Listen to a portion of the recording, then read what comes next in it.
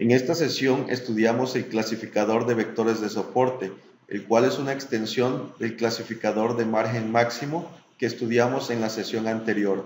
Recordemos que una de las motivaciones que nos llevó a estudiar la máquina de vectores de soporte es que deseamos predecir un subtipo de cáncer usando medidas de expresión genética. El libro que recomendamos y en el cual estamos basando las presentes exposiciones es el de James et al. An Introduction to Statistical Learning with Applications in R.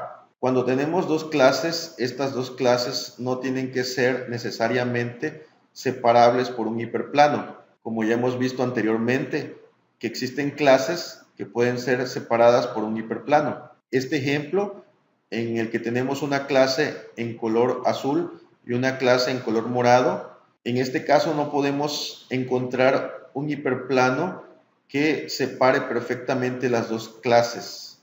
Podemos extender el concepto de un hiperplano de separación para desarrollar un hiperplano que casi separe las clases usando lo que se conoce como un margen suave. Usamos el clasificador de vectores de soporte cuando las clases no son separables. También podemos usarlo cuando el hiperplano es sensible a nuevas observaciones. Por ejemplo, aquí tenemos el caso separable en el cual podemos encontrar un hiperplano de separación. Sin embargo, en este ejemplo, al agregar una nueva observación en color azul y calcular de nuevo o encontrar de nuevo un hiperplano de separación, observamos que cambia mucho el nuevo hiperplano de separación con respecto al primero. El primero es el que se señala como una recta punteada. En este caso decimos que el hiperplano de separación es sensible a nuevas observaciones. La distancia de una observación al hiperplano puede considerarse como una medida de nuestra confianza de que la observación se clasificó correctamente. En este caso, si tenemos puntos muy cercanos al hiperplano de separación, entre más cercanos estén los puntos, menos confiados estamos de que estos puntos están clasificados de manera correcta. Es decir, deseamos que los puntos se encuentren alejados porque tenemos más confianza de que estos puntos están clasificados de manera correcta. Entonces, podemos estar dispuestos a considerar un clasificador basado en un hiperplano que no separe perfectamente las dos clases, con el interés de mayor robustez a observaciones individuales. Es decir, que ciertas observaciones individuales no afecten tanto al hiperplano de separación y mejor clasificación de la mayoría de las observaciones de entrenamiento. Es decir, podría valer la pena clasificar mal unas pocas observaciones de entrenamiento para hacer un mejor trabajo al clasificar las observaciones restantes. Aquí tenemos un hiperplano que casi separa las clases. Tenemos el hiperplano, el cual estamos señalando. Tenemos dos clases, azul y morada. Para la clase en color azul, la observación 7 y 10 están del lado correcto del margen. La observación 9 se encuentra sobre el margen y la observación 8 ha violado el margen o se encuentra del lado incorrecto del margen. Para la clase en color morado tenemos que las observaciones 3, 4, 5 y 6 se encuentran del lado correcto del margen, la observación 2 se encuentra sobre el margen y la observación 1 ha violado el margen o se encuentra del lado incorrecto del margen. Esta otra figura es la misma que la anterior, con la diferencia de que hemos agregado dos nuevos valores, una para cada clase. La observación 11, que corresponde a la clase en color morado, ha violado no solo el margen, sino que también ha violado el hiperplano. La observación 12, que corresponde a la clase en color azul, ha violado el margen y el hiperplano también. Como hemos dicho anteriormente, las matemáticas son un lenguaje, entonces el hiperplano que casi separa las clases es la solución al problema de optimización. Encontrar beta 0, beta 1, beta p, epsilon 1 hasta epsilon n y m, de tal manera que m sea máximo sujeto a las siguientes condiciones. Que la sumatoria desde j igual a 1 hasta p del cuadrado de los beta j sea igual a 1. Esto indica que la distancia de la observación I con componentes xi1, xi2 hasta xip al hiperplano está dada por y por beta 0 más beta 1 por xi1 más beta 2 por xi2 hasta llegar a beta p por xip, y la distancia de la observación i al hiperplano es mayor o igual que m por 1 menos epsilon sub i, donde las epsilon sub i son mayores o iguales que 0 y son variables de holgura, y la sumatoria de todas las epsilon sub i es menor o igual que c, donde c es un parámetro de ajuste. Todo esto nos está diciendo algo. Por ejemplo, las epsilon sub i, el valor nos dice de qué lado del margen se encuentran las observaciones.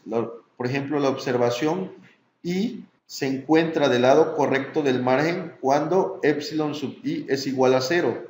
Esto porque la distancia de la observación i al hiperplano es mayor o igual que m. Cuando epsilon sub i es mayor estrictamente que 0, pero menor o igual que 1, tenemos que esta cantidad m por 1 menos epsilon sub i es estrictamente menor que m.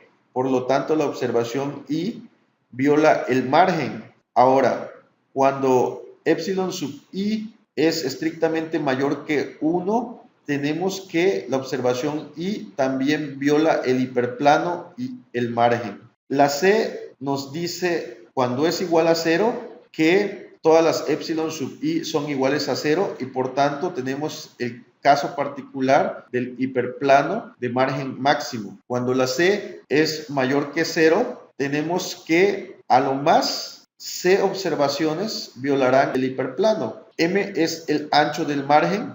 Buscamos hacer esta cantidad tan grande como sea posible. Una vez que hemos resuelto el problema de optimización, clasificamos una observación de prueba X estrella como antes, al simplemente determinar de qué lado del hiperplano se encuentra.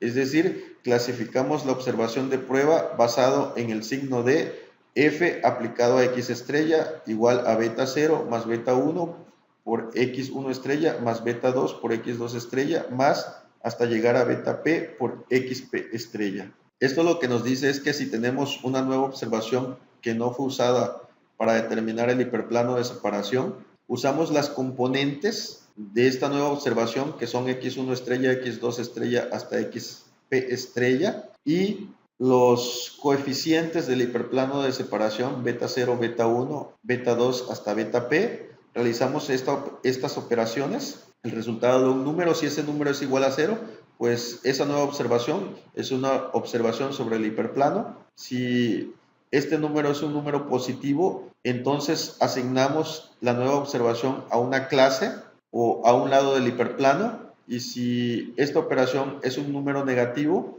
entonces asignamos X estrella a la otra clase o al otro lado del hiperplano. Conforme C se incrementa, nos volvemos más tolerantes a las violaciones al margen y así el margen se hace más ancho. Cuando C decrece, el ancho del margen decrece también y somos menos tolerantes a las violaciones al margen. Aquí tenemos un ejemplo con un margen ancho. Tenemos varias violaciones al margen y esto corresponde a una C grande.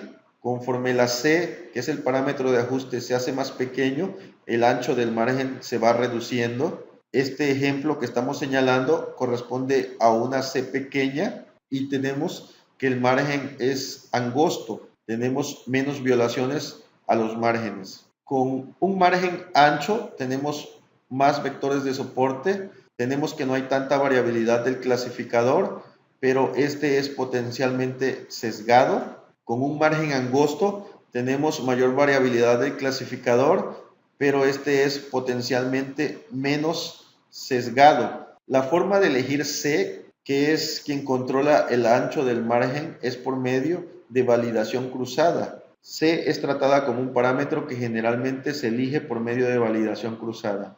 La validación cruzada es una técnica de remuestreo en estadística que sirve para evaluar el desempeño de un método de aprendizaje estadístico. Es decir, con este método de validación cruzada estimaremos el error de prueba de un método y por tanto podremos elegir qué método es mejor con respecto a otro método dependiendo de cuál método tiene el menor error de prueba.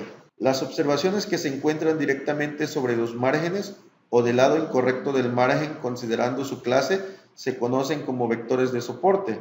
En este ejemplo, los vectores de soporte son las observaciones 7, 9, 8 y 12. 7 y 9 son vectores de soporte porque se encuentran sobre el margen. 8 se encuentra del lado incorrecto del margen con respecto a su clase. 12 también se encuentra del lado incorrecto del margen con respecto a su clase y por tanto son vectores de soporte. Las observaciones 2, 1 y 11 son vectores de soporte que corresponden a la clase en color morado. Los invitamos a seguirnos en redes sociales. Tenemos Facebook, Twitter, Instagram, canal de YouTube y nuestra página oficial. Muchas gracias por su atención y les dejamos las referencias.